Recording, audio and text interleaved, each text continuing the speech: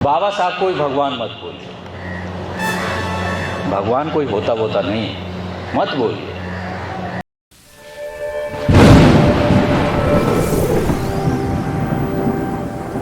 और जो चीज़ होती नहीं है वो आप बोलिएगा तो उन्हीं ठेकेदारों और दलालों और दुकानदारों की कब्जे में आप चले जाइएगा, बर्बाद हो जाइएगा और आपको लगेगा कि मज़ा आ रहा है। कुछ बीमारियां ऐसी होती हैं ना कि आपका कुछ हो रहा है तो आपको मज़ा आ रहा है और बड़ा आनंद है।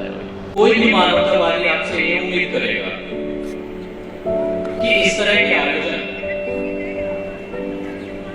तभी सार्थक समझे जाएंगे जब बाबा साहब के आदर्शों को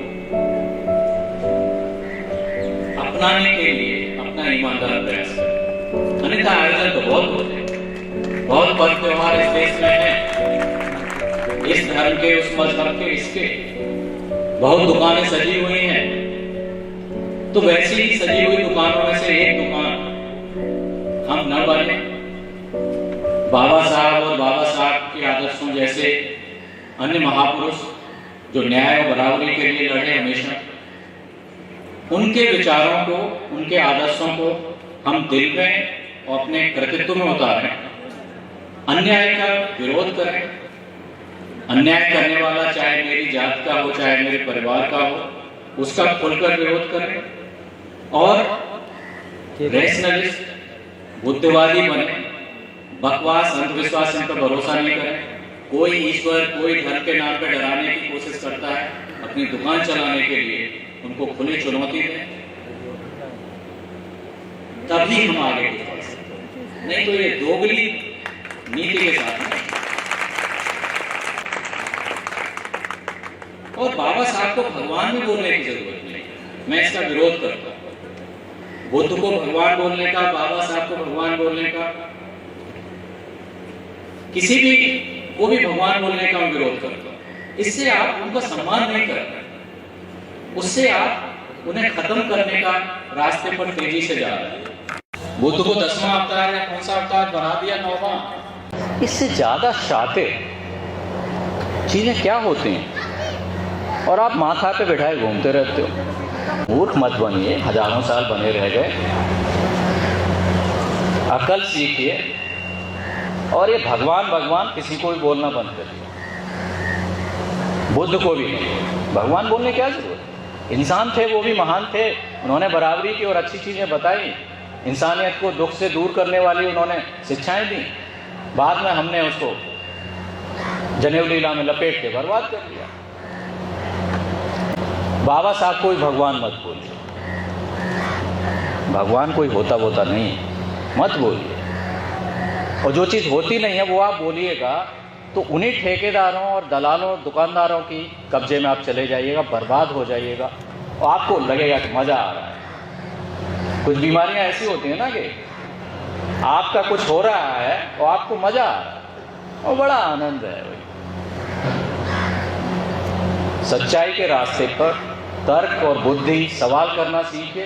इंसान यहाँ तक पहुँचा तो सवाल करने की उसे सलाहियत थी, नेचर ने दी थी, कुदरत ने दी थी, उसके आधार पे आगे बैठा है, बढ़ा है।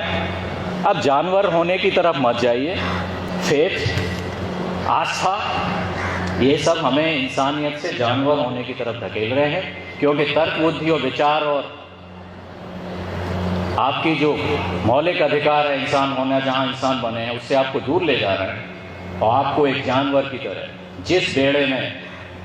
जिस बाड़े में जाके डाल दिया, भेड़ चाल है, चला दिया, काट दिया, तबाह कर दिया और अपने हम राज कर रहे हैं, ऐश कर रहे हैं, सारी चीज़ें कर रहे हैं, जिसके लिए आपको कहेगा कि नहीं ये गलत है। लेकिन सब पाखंड ऐश, उनको पता है सच्चाई क्या है।